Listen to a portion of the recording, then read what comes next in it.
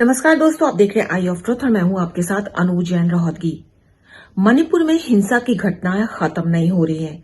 रोजाना इस तरह की खबरें आती हैं कि वहां पे इतने लोग को मार दिया गया है। कभी कुकी समुदाय के लोगों का मर्डर हो जाता है, कभी मैतेई समुदाय के लोगों का मर्डर हो जाता है, मकान जलाए जा रहे हैं और खुलेआम इस तरह की हिंसक घटनाएं हो रही हैं। और इन सब के बीच गृह मंत्री अमित शाह ने ये कहा है कि जो बॉर्डर है, इंडो म्यांमार का जो ओपन बॉर्डर है, उस पर फेंसिंग की जाएगी। जी हाँ, ये जो बॉर्डर है ये मणिपुर से तो सट्टा ही है और इसके साथ कई और राज्य हैं देश के जिसके साथ म्यांमार का बॉर्डर लगता है। लेकिन माना जाता है कि जो बॉर्डर है ये ओपन है और इसी के चलते म्यांमार से बहुत से लोग मणिपुर में आके हिंसा करते हैं। और यह भी अंदेशा है हमारी खुफिया एजेंसीज को कि चाइना इसी के माध्यम से मणिपुर में इस तरह की हिंसक घटनाओं को बढ़ावा दे रहा है। तो ये अमित शाह का बयान आया है, लेकिन जाहिर सी बात है इसको लेकर जो हमारे एक्सपर्ट्स हैं उनकी भी अलग अलग थोड़ी थिंकिंग है। कुछ का मानना है कि जो फेंसिंग लगाई जा रही है इसका ज्यादा फायदा नहीं हो सकता है, इसके साथ साथ और सारे जो प्रबंध है वो करने पड़ेंगे। कुछ एक्सपर्ट मानते हैं कि बहुत ज्यादा लंबा समय लगेगा इसको लगाने के लिए और इससे जो रिश्ते हैं म्यांमार के साथ हमारे, उस पर फर्क पड़ेगा। हमारे जो ट्रेडिशनल ट्राइब्स हैं आपस में म्यांमार में भी रहते हैं, मणिपुर में भी रहते हैं, वो लोग इसका विरोध करेंगे, उनको ये अच्छा नहीं लगेगा और ऐसे में हिंसक घटनाएं और बढ़ सकती हैं। तो तमाम तरह की बातें सामने आ रही है क्योंकि ये बिल्कुल टेक्निकल इशू है। इस पर हमने उन्हीं लोगों से बात की, उन्हीं एक्सपर्ट से बात की है जो इस मुद्दे को अच्छी तरह से समझते हैं। हमारे साथ फॉर्मर मेजर जनरल पीके सहगल सर हैं और हमारे साथ बीएसएफ के फॉर्मर एडिशनल डीजी हैं संजीव सूद, जिन्होंने देश के कई बॉर्डर एरिया में लंबे समय तक काम किया है। आप दोनों का स्वागत है आई ऑफ ट्रुथ में। सबसे पहले मैं फॉर्मर मेजर जनरल पीके सहगल सर आपसे जानना चाहूंगी, आम जो दर्शक है उसको समझ में नहीं आता है कि क्या मसला चल रहा है, क्या कारण है कि जो फेंसिंग की डिसीजन है सरकार ने लिया है, कितनी लंबी फेंसिंग है, क्यों लगाई जा रही है, इसको लगने से क्या फायदा मिल सकता है। हम चाहते हैं कि आप इस पर विस्तार से हमारे दर्शकों को बताएं।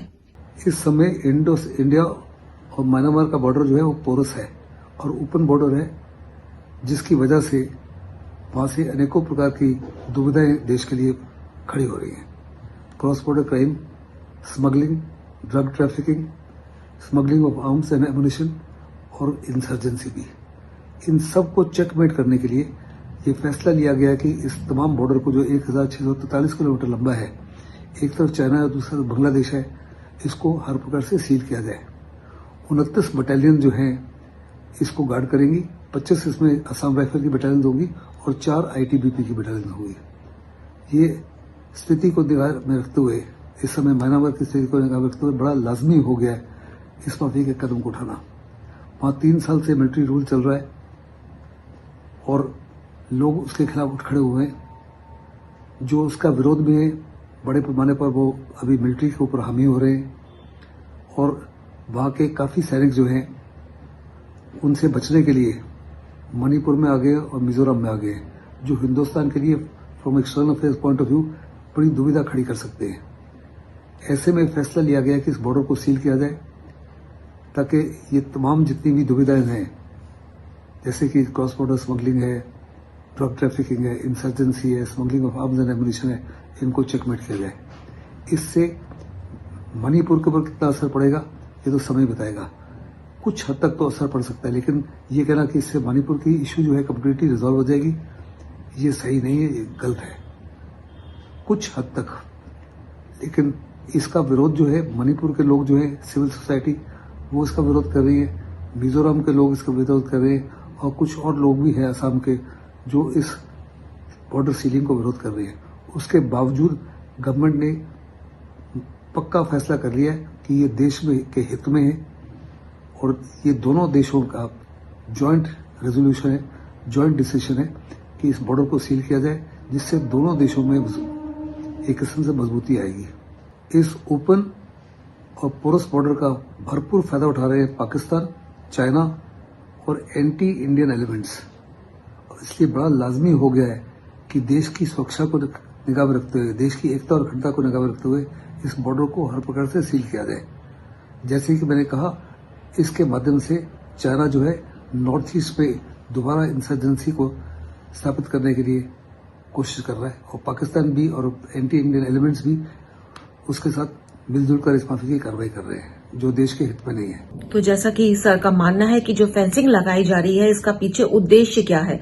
1600 किलोमीटर का जो लंबा, इससे ज्यादा लंबा हिस्सा है वो बॉर्डर जो है खुला है और इसके चलते जो म्यांमार में पिछले 3 सालों से मिलिट्री रूल लगा हुआ है, वहां से बहुत से सैनिक भाग कर, बहुत से इलीगल जो लोग हैं, तत्व हैं, वो भाग करके भारत में प्रवेश कर रहे हैं और मणिपुर में जो हिंसा हो रही है माना जा रहा है इसके पीछे कारण है। और जो सैनिक भाग के आ रहे हैं ये मिजोरम जा रहे हैं, मणिपुर में आ रहे हैं और सरकार के लिए बहुत बड़ी चिंता है। और ये भी माना जा रहा है कि जो ट्रैफिकिंग होती है, ड्रग ट्रैफिकिंग होती है, आर्म ट्रैफिकिंग होती है और तमाम तरह की इलीगल एक्टिविटीज होती हैं।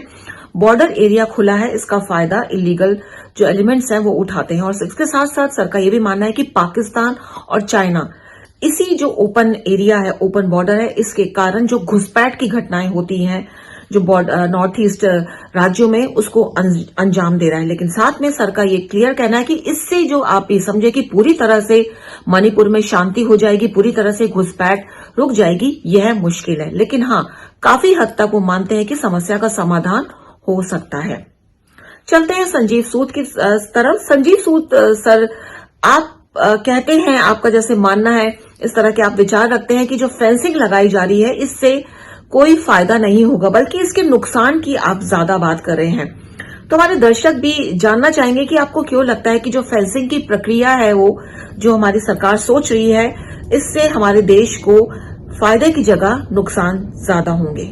बाड़ लगाने से बहुत ज्यादा फायदा नहीं होगा बल्कि वहां की जो इकोलॉजी है, वहां के जो फ्लोरा फौना है, उन पर भी गलत असर पड़ेगा और यहां पर हमारे म्यांमार के साथ संबंध बिगड़ेंगे और मिलिट्री जैसा इंफ्रास्ट्रक्चर लगाने के बाद वहां पर हमें बहुत ज्यादा सर्विलेंस, बहुत ज्यादा एफर्ट्स लगाने की जरूरत पड़ेगी जिससे कि इस फेंस को काटने से रोका जा सके।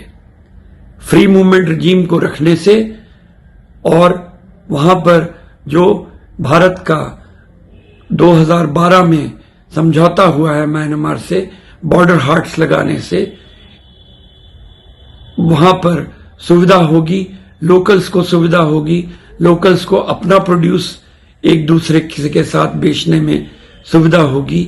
इसलिए मेरे विचार में फेंस की बजाय फ्री मूवमेंट रजीम को और सुदृढ़ करना चाहिए। साथ में बॉर्डर हार्ट्स के ऊपर सरकारों को, दोनों सरकारों को, म्यांमार के साथ मिलकर भारत सरकार को और उसके ऊपर ध्यान देना चाहिए। सो यहाँ सर ने 2-3 बड़े सटीक कारण दिए हैं इसके पीछे। एक तो उन्होंने कहा है कि जो एरिया खुला है, जो बॉर्डर एरिया खुला है, उसमें जंगल है, घने जंगल है, पहाड़ है और ऐसे में अगर हम आज भी फेंसिंग शुरू करते हैं तो इसको काम को करने में, क्योंकि इतना कठिन काम है, कोई सड़क नहीं है, कम से कम 20 साल लग जाएंगे। उसके बाद सर का ये भी मानना है कि जो म्यांमार को डिवाइड किया था ब्रिटिशर्स ने, 1937 में म्यांमार को अलग करा था और उसके बाद से बहुत से ऐसे ट्राइबल्स हैं जो आधे वहां चले गए, आधे भारत में रह गए और इनके बीच जो रिश्ते हैं वो अभी तक बने हुए हैं। इसीलिए बने हुए हैं क्योंकि बॉर्डर खुला हुआ है, लोग आपस में ट्रेड करते हैं, आपस में आ जा सकते हैं, क्योंकि इस खुले एरिया में आना जाना वो बिना वीजा और पासपोर्ट के जो है आ जा सकते हैं, ओपनली आ जा सकते हैं। तो वो जो ट्राइबल्स हैं वो इसका विरोध करेंगे। जो संबंध है, सर का ये भी मानना है कि जो हमारे संबंध हैं म्यांमार के साथ वो जो है बिगड़ सकते हैं। साथ में एक बहुत बड़ा पॉइंट उन्होंने ये कहा है कि आप फेंसिंग लगा के उसको खुला नहीं छोड़ सकते हैं, क्योंकि उन्होंने एग्जाम्पल भी दिया है यहाँ पे बांग्लादेश का कि वहां पे फेंसिंग जो है काट दी जाती है, जो इलीगल तत्व होते हैं जो आना चाहते हैं। तो ऐसे में बहुत बड़ी एक सिक्योरिटी फोर्स आपको उस फेंसिंग की निगरानी के लिए रखनी पड़ेगी, जो प्रैक्टिकल सर मानते हैं कि नहीं लगता है। और सर का कहना है कि इससे उनको लगता है कि कुछ ज्यादा फायदा नहीं मिलने वाला है फेंसिंग करने से। एक बात और मैं यहां से संजीव सूद आपसे जानना चाहूंगी, क्योंकि आप बॉर्डर एरिया में आपने बहुत ज्यादा सर्व किया है। इस समय जो स्थिति है मणिपुर की, लगातार मणिपुर, ठीक है वो जो पुरानी स्थिति की बहुत ज्यादा मणिपुर जला था, इतने सब वहां पे घटनाएं हुई थी, इतने लोगों को मौत के घाट उतार दिया गया था, वो थोड़ी घटनाएं कमी आई। लेकिन अभी जो कहते हैं ना शांति आ गई है, लोगों के बीच में आपस में प्यार मोहब्बत जो है थोड़ा बहुत आ गया, वो नहीं है। अभी भी वहां पे हिंसक घटनाएं अंजाम दिए जा रही हैं, हो रही हैं, तो इसके पीछे आप क्या वजह मानते हैं कि मणिपुर शांत नहीं हो पा रहा है?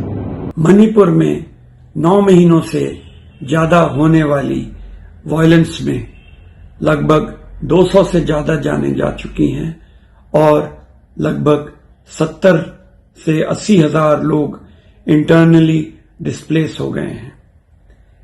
इतने दिनों तक वायलेंस किसी भी जगह पर तभी चल सकती है जब या तो सरकार कमजोर है, वो ठीक से एक्शन नहीं ले रही है, या सरकार की खुद की उसमें मिली भगत है। मेरे विचार में वहां पर सरकार कठिन डिसीजंस जो लेने चाहिए वो नहीं ले रही है, इसी वजह से ये वायलेंस कंटिन्यूड है। स्थिति को रिस्टोर करने का सबसे महत्वपूर्ण और इमीडिएट सॉल्यूशन ये है कि वहां पर वायलेंस को रोका जाए। उसके लिए ये जरूरी है कि वहां पर राष्ट्रपति का रूल लगाया जाए और बाहर से सिक्योरिटी फोर्सेस जो आती हैं उनको काम करने की इंडिपेंडेंस दी जाए। ऐसा नहीं हो रहा है। जो लोकल पुलिस है या लोकल वहां की सिक्योरिटी फोर्स है वो कॉम्प्रोमाइज्ड है। उन्होंने एक या दूसरी ट्राइब का या एक या दूसरे पक्ष का साथ देना शुरू कर दिया है। मणिपुर पुलिस पर कुकी जौमी लोगों का कोई विश्वास नहीं है और असम राइफल्स पर मैतेई लोगों का कोई विश्वास नहीं है। वायलेंस कंट्रोल होगी तभी बात आगे चल सकेगी और ये पॉलिटिकल लीडर्स के ऊपर है कि वो दोनों ग्रुप्स के बीच में बात करनी शुरू करें और जो अगर वहां पर बात नहीं हो सकती है, मणिपुर में बात नहीं हो सकती है, तो इन ग्रुप्स के लीडर्स को दूसरी जगह पर ले जाकर बात की जाए, जैसे गुवाहाटी में की जा सकती है। और इसके अलावा वहां पर देखा गया है कि सरकार खुले तौर पर एक पर्टिकुलर ग्रुप का पक्ष ले रही है। जैसे अगर हम देखें तो जो arm forces special powers act लागू किया गया है वो सिर्फ हिल एरियाज में लगाया गया है। जो वैली एरिया के 19 पुलिस स्टेशन हैं वहां पर इसको एक्सटेंड नहीं किया गया है। इसके वजह से मैतेई ग्रुप्स जो हैं वो खुलेआम वायलेंस में लगते हैं और जो हिल एरियाज में हैं उनके ऊपर रिस्ट्रिक्शंस लगी रहती हैं। और जो सिसेशन ऑफ ऑपरेशंस का जो एग्रीमेंट था उसे हिल एरियाज के ग्रुप्स के साथ तो खत्म कर दिया गया है, परंतु मैतेई ग्रुप्स को उनमें शामिल नहीं किया गया है। उनके साथ अभी भी समझौता इस बारे में नहीं किया गया है। जो हथियार लूटे गए थे वो अभी तक वापस नहीं हुए। वायलेंस को रोकने का दूसरा एक तरीका ये है कि जो 6000 से ज्यादा वेपन्स वहां से लूटे गए हैं पुलिस से, उनको वापस किया जाए। इसके लिए अगर सिक्योरिटी फोर्सेस, जो सेंट्रल सिक्योरिटी फोर्सेस को पूरे पावर्स दिए जाएंगे तो वो जगह जगह पर छापे मारकर इन हथियारों को रिकवर कर सकते हैं।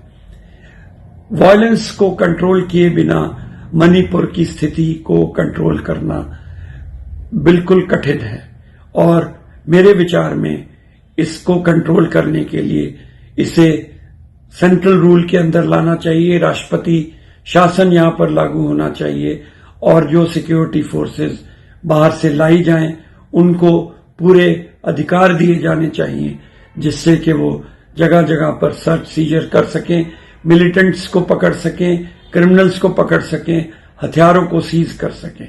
इसके बिना कोई भी सॉल्यूशन वहां पर होना संभव नहीं है। सर की सबसे पहले तो यही राय है कि वहां पे जो सरकार है वो स्ट्रांग डिसीजन नहीं ले पा रही है। वहां पे राष्ट्रपति प्रेसिडेंट रूल लगना ही चाहिए। और दूसरी तरफ जो डिवीजन हो गया है, जो वहां की फोर्सेज हैं, जो इंटरनल फोर्सेज हैं, पुलिस है, वो जो है एक कॉन्फिडेंस गेन करने में नाकामयाब साबित हो रही है और डिवाइड हो गई है। जैसे कि सर ने बताया, कुकी जो है उसको पुलिस पर भरोसा नहीं है और जो मैतेई है वो असम राइफल्स पर बिलीव नहीं करती है। तो आपस में जो डिवीजन हो गया है वो बहुत डेंजरस है। ऐसे में बाहर से फोर्सेस वहां एम्प्लॉय करनी चाहिए और सरकार डिसीजन नहीं ले पा रही है, रोक नहीं पा रही है इन घटनाओं को, तो प्रेसिडेंट रूल लगना ही चाहिए। तो दोस्तों, जैसा कि दो एक्सपर्ट्स ने अपनी अलग अलग राय दी है और हमारा तो मकसद यही होता है कि एक्सपर्ट्स की राय आपके समक्ष पेश की जाए। हमारी जनता जो है खुद समझदार है। जो फैसला लिया गया है फेंसिंग का, आपको दोनों एक्सपर्ट्स ने अपनी अपनी राय दी है कि इससे फायदा क्या होने वाला है और इसको लगाने में कितना लंबा समय लगेगा और सरकार को क्या क्या एफर्ट्स करने पड़ेंगे इसको लगाने के लिए, तो इसके नुकसान भी हो सकते हैं, ये भी बात सामने रखी है। लेकिन हाँ, मुद्दा बहुत गंभीर है मणिपुर का। इसको लेकर जो भी बने सरकार को सोचना ही होगा, चाहे कुछ भी करना पड़े, चाहे फेंसिंग लगानी पड़े, चाहे प्रेसिडेंट रूल लगाना पड़े, चाहे वहां पर जो फोर्सेज हैं उनमें उनको बाहर से फोर्सेस लाके वहां बिठानी पड़े मणिपुर में, क्योंकि हालात को अब काबू करना बहुत जरूरी है। क्योंकि बहुत लंबा वक्त हो गया है, समय हो गया कि वहां पे हिंसक घटनाएं रुक नहीं रही और ऐसे में सवाल तो खड़ा होता ही है कि किसकी कहां कमजोरी रह रही है जिससे ये हिंसक घटनाएं मणिपुर जो है शांत नहीं हो पा रहा है। उम्मीद है हमारा ये प्रोग्राम आपको पसंद आया होगा और आपको, जैसे मैं बार बार रिक्वेस्ट करती हूं कि आप हमारे चैनल को सब्सक्राइब कीजिए, अपने दोस्तों में इसको ज्यादा से ज्यादा शेयर कीजिए कि वो सब्सक्राइब करें। और जो हमारे सब्सक्राइबर है वो अगर हमारे चैनल को ज्वाइन करते हैं, हमारा सदस्य बनते हैं बहुत छोटा सा अमाउंट देकर, तो हम बहुत ज्यादा मोटिवेट होते हैं। तो दोस्तों, सब्सक्राइब कीजिए हमारे चैनल को, ज्वाइन कीजिए हमारे चैनल को, इसके सदस्य बनिए और बने रहिए हमारे साथ हमेशा, आई ऑफ ट्रुथ के साथ हमेशा। हमारे चैनल आई ऑफ ट्रुथ को सब्सक्राइब कीजिए यूट्यूब पर, इसे फॉलो कीजिए फेसबुक पर, इंस्टाग्राम पर, ट्विटर पर और कू पर। हमारे चैनल के बारे में फीडबैक देने के लिए हमें मेल कीजिए ioftruth.6@gmail.com पर।